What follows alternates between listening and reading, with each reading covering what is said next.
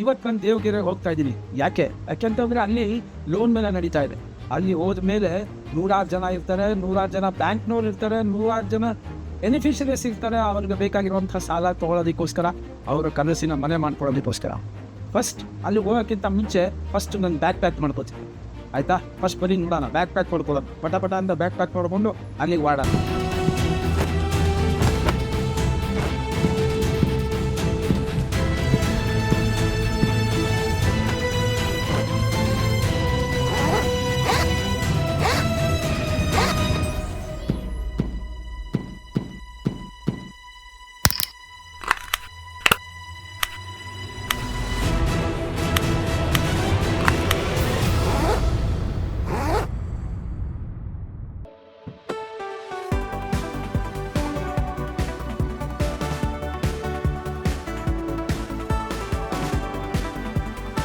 ಈಗ ಇಲ್ಲಿಂದ ನಾನು ಹೋಗ್ತಾ ಇರೋಂಥದ್ದು ದೇವಗಿರಿಗೆ. Janata education society, Vivekananda pre university college ನೋಡಿ, ಇದು ದೇವಗಿರಿಗೆ ಹತ್ತಿರದಲ್ಲೇ ಇರೋವಂಥದ್ದು. ಫಸ್ಟು ದೇವಗಿರಿಗೆ ಹೋಗಿ ತಲುಪ. ದೇವಗಿರಿ ಅಪಾರ್ಟ್ಮೆಂಟ್ಸ್ ಕಾಣಿಸ್ತಾ ಇದೆ ನೋಡಿ. ಸ್ಕೂಲ್ ಬಸ್ಸಸ್ ಎಲ್ಲ ಹೋಗ್ತಾ ಐತೆ. ಸ್ಕೂಲ್ ಬಸ್ಸಸ್ಸು ಕಾಣಿಸ್ತಾ, ಸ್ಕೂಲ್ ಬಸ್ ಇದು. ಇದೇ ದೇವಗಿರಿ ಅಪಾರ್ಟ್ಮೆಂಟ್ಸು. ಎ ವಿಂಗು ಮತ್ತು ಬಿ ವಿಂಗ್ ಭಾಳ ಬ್ಯೂಟಿಫುಲ್ ಆಗೈತೆ. ಇಲ್ಲಿ ಮುಂದೆ ಕಾಣಿಸ್ತಾ ಇರೋಂಥದ್ದು ಆದಿಚುಂಚನಗಿರಿ ಇಂಟರ್ನ್ಯಾಷನಲ್ ಕಾಲೇಜ್, ಅದು ರೆಸಿಡೆನ್ಷಿಯಲ್ ಕಾಲೇಜು. ದೇವಗಿರಿ ಟರ್ನಿಂಗು.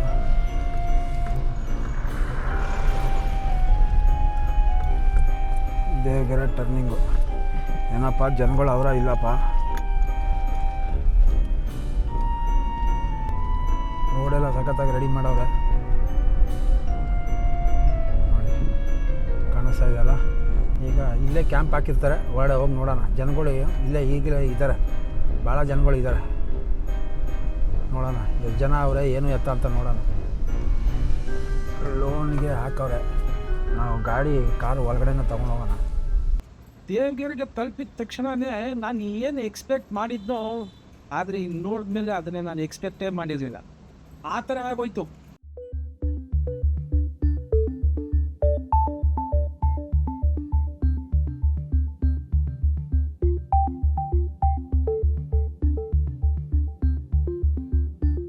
ಬಾಬಾ ಏನ್ರಿ ಬ್ಯಾಂಕ್ ಅಫಿಷಿಯಲ್ಸ್ ಮಾಡೋರಿ.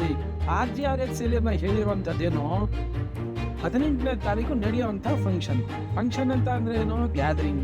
ಏನು ಗ್ಯಾದರಿಂಗು? ಬ್ಯಾಂಕ್ನವ್ರು ಬಂದು ಸೇರ್ತಾರೆ. ಎಷ್ಟೊತ್ತಿಂದ ಎಷ್ಟೊತ್ತು ಕ್ಲೀನಾಗಿ ದೊಡ್ಡದಾಗಿ ಹಾಕಿದ್ದಾರೆ ನೋಡಿ, ಕ್ಲೀನಾಗಿ ದೊಡ್ಡದಾಗಿ ಹಾಕಿದ್ದಾರೆ. ಏನಂತ ಹಾಕಿದ್ದಾರೆ? 11 ಗಂಟೆಯಿಂದ 4 ಗಂಟೆ ಗಂಟ ಬ್ಯಾಂಕ್ನವರು ಬೆನಿಫಿಷರಿಗೆ ಹೆಲ್ಪ್ ಮಾಡ್ತೀನಿ ಅಂತ ಹಾಕಿದ್ದಾರೆ.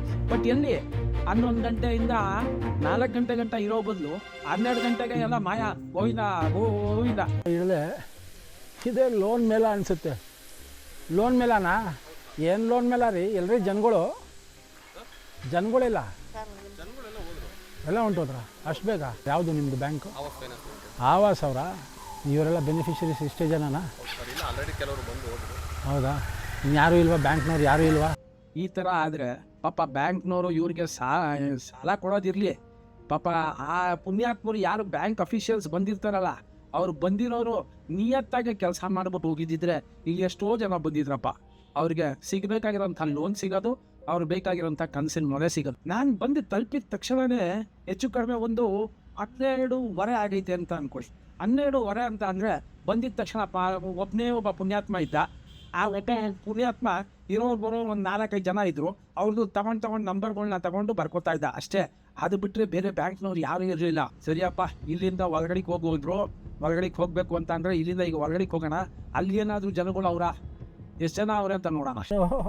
ಎಂಟ್ರೆನ್ಸಲ್ಲೇ ನೋಡ್ಬಿಟ್ಟು ಏನು ಸ್ವಾಮಿ ಜನಗಳೇ ಇಲ್ಲ ಅಂದ್ಕೊಂಡೆ. ಜನಗಳಿದ್ದಾರೆ. ಇಲ್ಲಿ ಒಳಗಡೆ ಹೋದ್ಮೇಲೆ ಜನಗಳಿರೋದು ನೋಡಿ. ಇಲ್ಲಿ ಎಲ್ಲೋ ಅವರೇ ಒಳಗಡೆ ಅವರೇ, ಇಲ್ಲಿ ಒಳಗಡೆ ಎಲ್ಲ ಅವರೇ ನೋಡಬೇಕು. ಲೋನ್ ಮೇಲೆ ಎಲ್ಲಿ ನಡೀತಾ ಇದೆ? ಅಲ್ಲ, ಏನು ಜನಗಳು ಎಲ್ಲ ಮಾಯ ಹೋಗೋರೆ? ಹೌದಾ? ಓಹೋ, ಏನಪ್ಪ ಇಷ್ಟೊಂದು ಜನ? ಅಯ್ಯೋ ಬೇರೆ ಲೋನ್ ಮೇಲಾಗಿ ಬಂದೆ ನಾನೀಗ.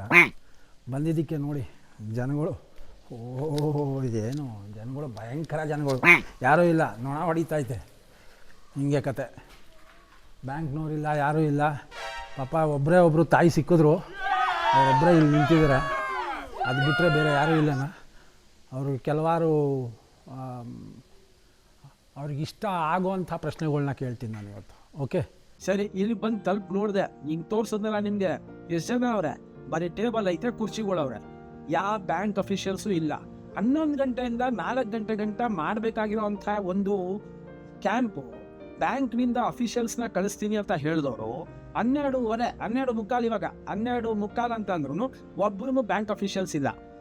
ಬೆನಿಫಿಷರೀಸ್ ಬರ್ತಾವ್ರೆ, ಎಲ್ಲವ್ರೆ ಬ್ಯಾಂಕ್ನವರು, ಎಲ್ಲವ್ರೆ ಬ್ಯಾಂಕ್ನವರು, ಯಾವ ಬ್ಯಾಂಕ್ನವರು ಇಲ್ಲ. ಅವ್ರಿಗೆ ಸಂಬಳ ಯಾಕೆ ಕೊಡ್ತಾರೆ ಬ್ಯಾಂಕ್ನವರು? ಕೆಲಸ ಮಾಡೋದಿಕ್ಕೆ ತಾನೆ. ಕೆಲಸ ಮಾಡೋದಕ್ಕೆ 11 ಗಂಟೆಗೆ ಬಂದವರು 12:15, 1 ಗಂಟೆ ಒಳಗಡೆ ಮಾಯ ಆಗೋದ್ರೆ 4 ಗಂಟೆ ಗಂಟ ಬರೋವಂಥ ಬೆನಿಫಿಷರೀಸ್ಗೆ ಉತ್ತರ ಕೊಡೋರು ಯಾರು? ಅವ್ರಿಗೆ ಡಾಕ್ಯುಮೆಂಟೇಶನ್ ಹೇಳೋರು ಯಾರು? ಅವ್ರಿಗೆ ಲೋನ್ ಕೊಡೋರು ಯಾರು? ಅವ್ರ ಕನಸಿನ ಮನೆ ಸಿಗುವಂಥ ದಾರಿ ತೋರ್ಸೋದಕ್ಕೆ ಇವರೇ ಮೇನು. ದೇವಗೆರೆ ಅಂತ ಅಲ್ಲ, ಯಾವುದೇ ಒಂದು ಪ್ರಾಜೆಕ್ಟ್ಗೆ ಹೋದಾಗ ಬೆನಿಫಿಷರೀಸು ಒಂದು ಯುದ್ಧಕ್ಕೆ ಹೋಗ್ತಾರೆ, ಅವರು ಬ್ಯಾಟಲ್ ಫೀಲ್ಡ್ಗೆ ಹೋಗ್ತಾರೆ. ಏನು ಬ್ಯಾಟಲ್ ಫೀಲ್ಡು? ಅಲ್ಲಿ ಗೆದ್ದಾಗ ಇಲ್ಲಿ ಇರುವಂಥ ಬ್ಯಾಂಕ್ ಅಫಿಷಿಯಲ್ಸು ಅವರೇ ಒಂಥರ ಗೇಟ್ ಕೀಪರ್ಗಳಿದ್ದಾಗೆ.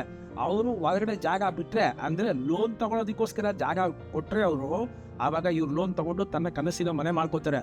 ಅಕಸ್ಮಾತ್ ಅವರೇ ಬಾಕಿ ತೆಗಿಲಿಲ್ಲ, ಅವರೇ ಬರಲಿಲ್ಲ, ಅವರೇ ಕೆಲಸ ಮಾಡಲಿಲ್ಲ ಅಂತಂದರೆ ಇವ್ರಿಗೆ ಲೋನ್ ಹಿಂಗೆ ಸಿಗುತ್ತೆ.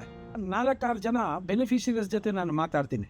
ಫಸ್ಟು ಶಾಂತ ಲಕ್ಷ್ಮಿ ಅವರು ಮತ್ತು ಅವ್ರ ಮಗ ಮನೋಜ್ ಅಂತೂ ಕ್ಯಾಮ್ರಾ ಮುಂದೆ ಬರಲಿಲ್ಲ. ಅವ್ರ ತಾಯಿ ಶಾಂತಲಕ್ಷ್ಮಿ ಅವ್ರ ಜೊತೆ ನಾನು ಮಾತಾಡ್ತೀನಿ. ಮಾತಾಡ್ಬಿಟ್ಟು ಅವ್ರದ್ದು ಸಂತೋಷನ ಹಂಚ್ಕೋತೀನಿ. ಅಮ್ಮ, ನಿಮ್ಮ ಹೆಸರು?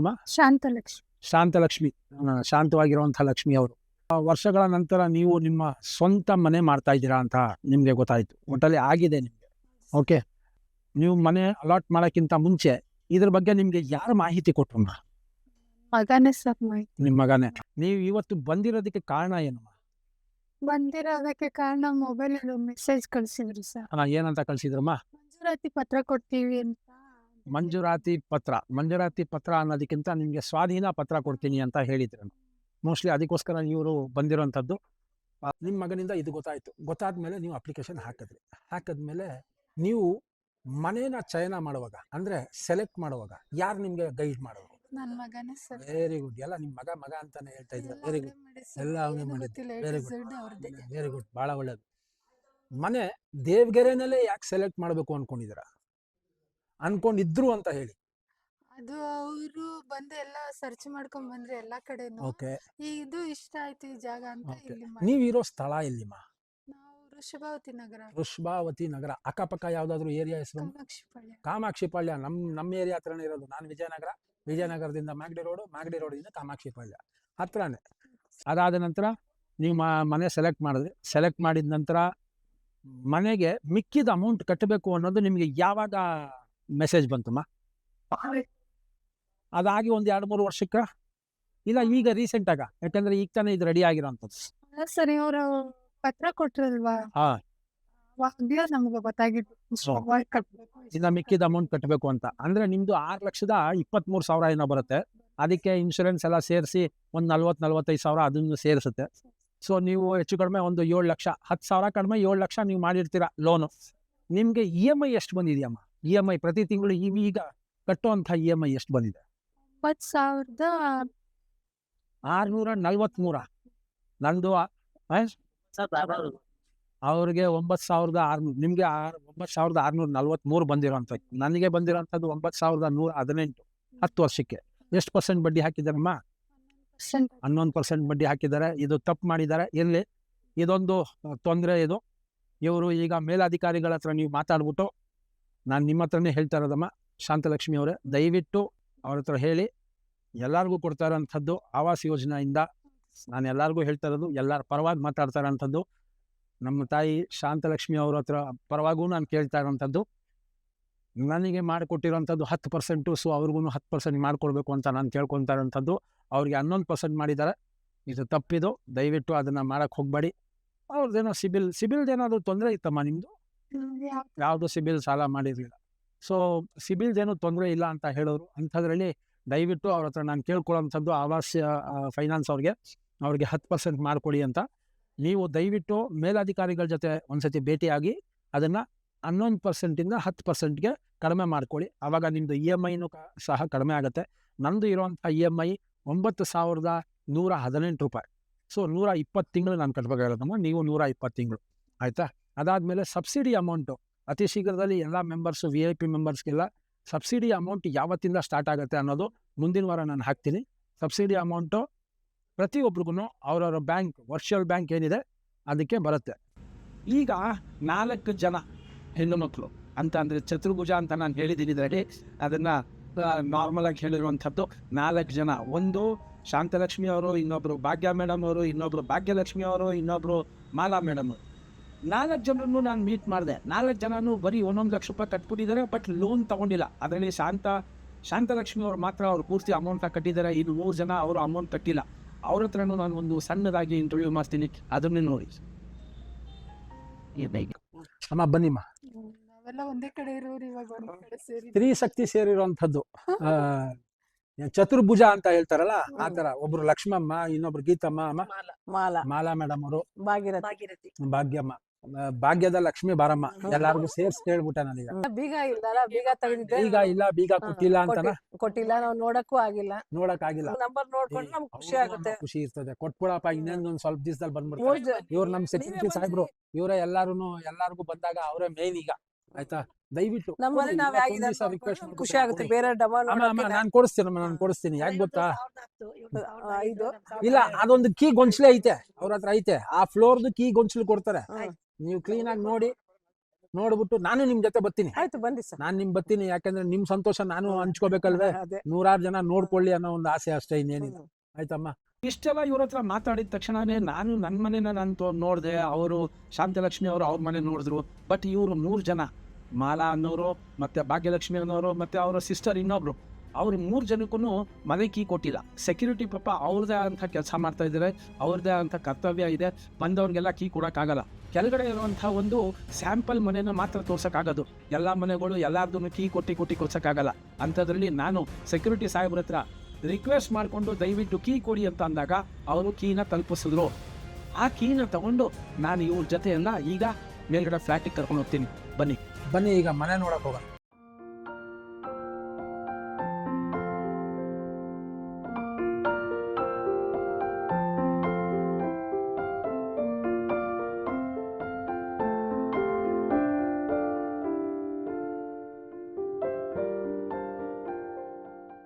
ಇಲ್ಲೊಂದು ಆಶ್ಚರ್ಯ ಕಾದೈತೆ. ಇಲ್ಲಿ 3 ಜನದ್ದು ಮನೆ ನೋಡ್ಬೇಕಾಗಿರೋಂಥದ್ದು. ಒಂದು ಮಾಲಾ ಮೇಡಮ್ ಅವ್ರದ್ದು, ಇನ್ನೊಬ್ರು ಭಾಗ್ಯಲಕ್ಷ್ಮಿ ಅವ್ರದ್ದು, ಇನ್ನೊಬ್ರು ಅವ್ರ ತಂಗಿದು. ಇಲ್ಲಿ ನಡೆಯೋವಂಥ ಮಜಾನೇ ಬೇರೆ. ಏನು ಕಾತರದಿಂದ ನೀವು ಕಾಯ್ತಾ ಇದ್ದೀರಾ, ಏನು ನಿಮ್ಗೆ ಗೊತ್ತಾಗತ್ತೆ, ಅದನ್ನು ನೀವು ಇವಾಗ ನೋಡ್ತೀರಾ. ಯಾರ ಮನೆ ಓಪನ್ ಆಗುತ್ತೆ, ಯಾರ ಮನೆ ಓಪನ್ ಆಗಲ್ಲ. ಇಲ್ಲಿ ಒಬ್ಬರ ಮನೆ ಓಪನ್ ಆಗುತ್ತೆ, ಒಬ್ಬರ ಮನೆ ಓಪನ್ ಆಗಲ್ಲ. ಕೀ ಇದೆ ಆದರೂ ಓಪನ್ ಆಗಲ್ಲ. ಇದ್ರ ಮಜಾ ನೋಡಿ. ಇಲ್ಲ, 10ನೇ ಫ್ಲೋರ್ ತಾನೆ? ಹೌದು.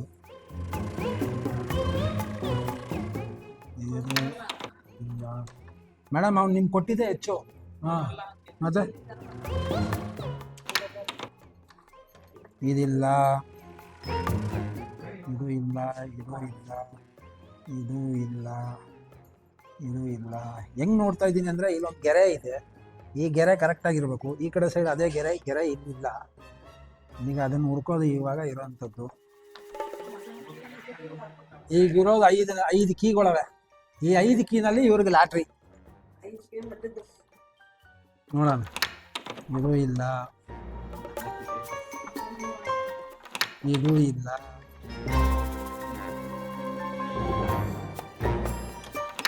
ಇದು ಇಲ್ಲ,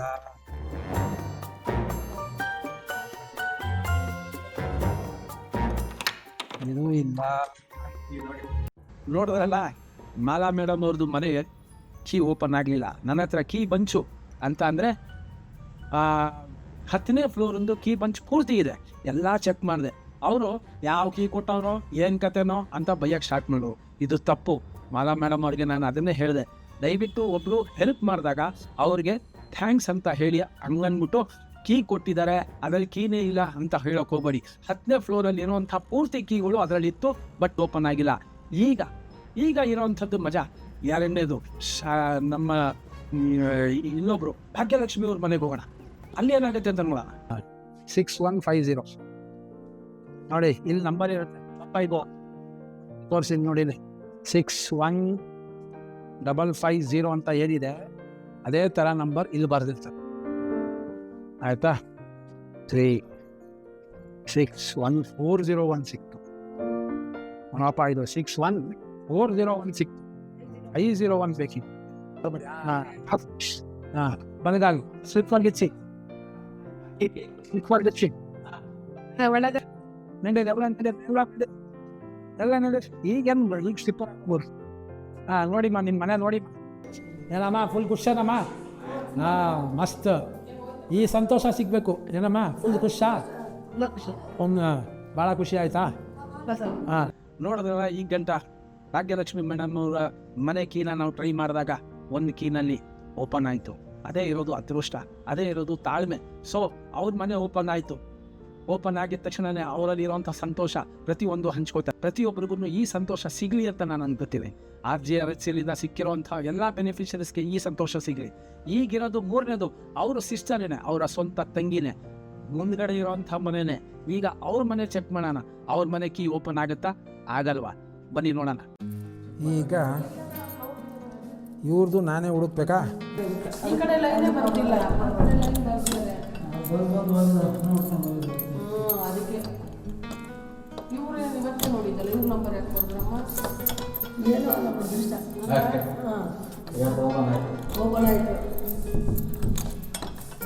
ಇದೆಲ್ಲ ಇದೆಲ್ಲ ಇದೆಲ್ಲ ಇದೆಲ್ಲ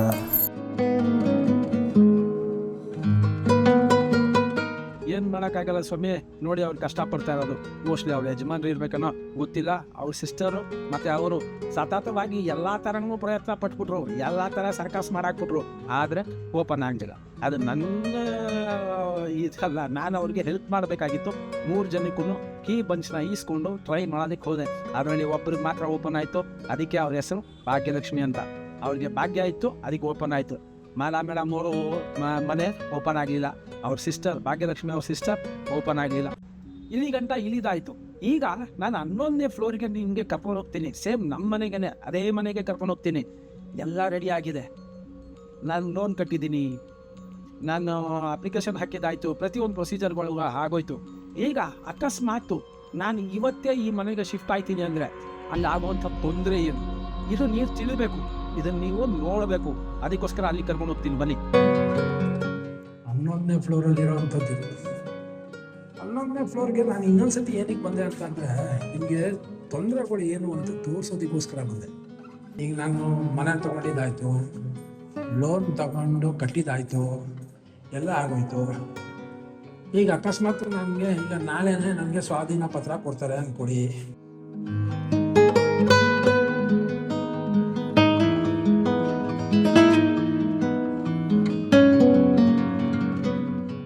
ನನಗೆ ಬೇಕಾಗಿರೋದು ಫಸ್ಟು ನೀರು ಬೇಕು ಅಂದಾಗ ನಾನು ನೋಡೋದು ನೀರನ್ನೇ. ನೋಡಿ ಈಗ ನೀರು ಬರ್ತಾ ಇಲ್ಲ, ಏನಪ್ಪ ಮಾಡೋದು? ಗೋವಿಂದ ಗೋವಿಂದ. ಮತ್ತೆ ತೊಳ್ಕೊಳ್ಳೋಕ್ಕೆ ಸ್ನಾನಕ್ಕೆ ಕಥೆ ಏನು ಮಾಡೋದು?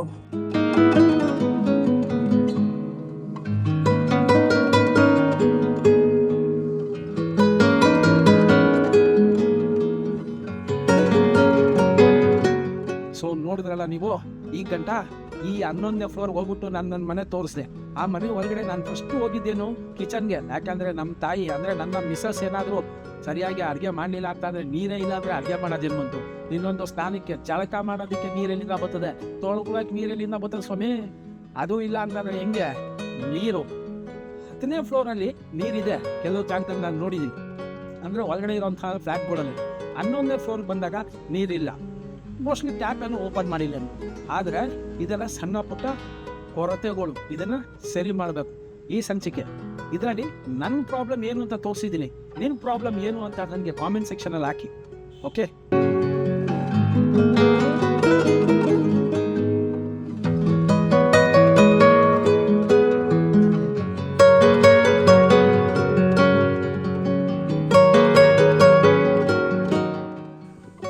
ಶೂಟಿಂಗ್ ಮಾಡುವಾಗ ಹಿಂಗೇನೆ ಆಚೆ ಕಡೆ ಕುತ್ಕೊಂಡು ತಿನ್ನೋದು. ಹೋಟ್ಲಲ್ಲಿ ತಿಂದಿನ ಆರೋಗ್ಯಕ್ಕೆ ಒಳ್ಳೆ ಬಲ್ಲ. ಸೊ ಆಚೆ ಕಡೆ ಚಪಾತಿಗಳು ತಂದಿದ್ದೀನ, ಮನೆಯಿಂದ ಚಿಕನ್ ಕಳ್ಸೋರೆ, ನೆಮ್ಮದಿಯಿಂದ ಕುತ್ಕೊಂಡು ತಿನ್ನೋದು. ಇರೋ ವಿಚಾರ ಇದೆಲ್ಲ ನಿಮಗೋಸ್ಕರ ಅಂತಾನೆ ಮಾಡ್ತಾ ಇರೋದು. ಓಕೆ, ಸರಿ. ಮುಂದಿನ ಸಂಚಿಕೆನಲ್ಲಿ ಸಿಗೋಣ. ಲೈಕ್ ಶೇರ್ ಸಬ್ಸ್ಕ್ರೈಬ್ ಮಾಡೋದನ್ನ ಮರಿಬೇಡಿ. ಓಕೆ.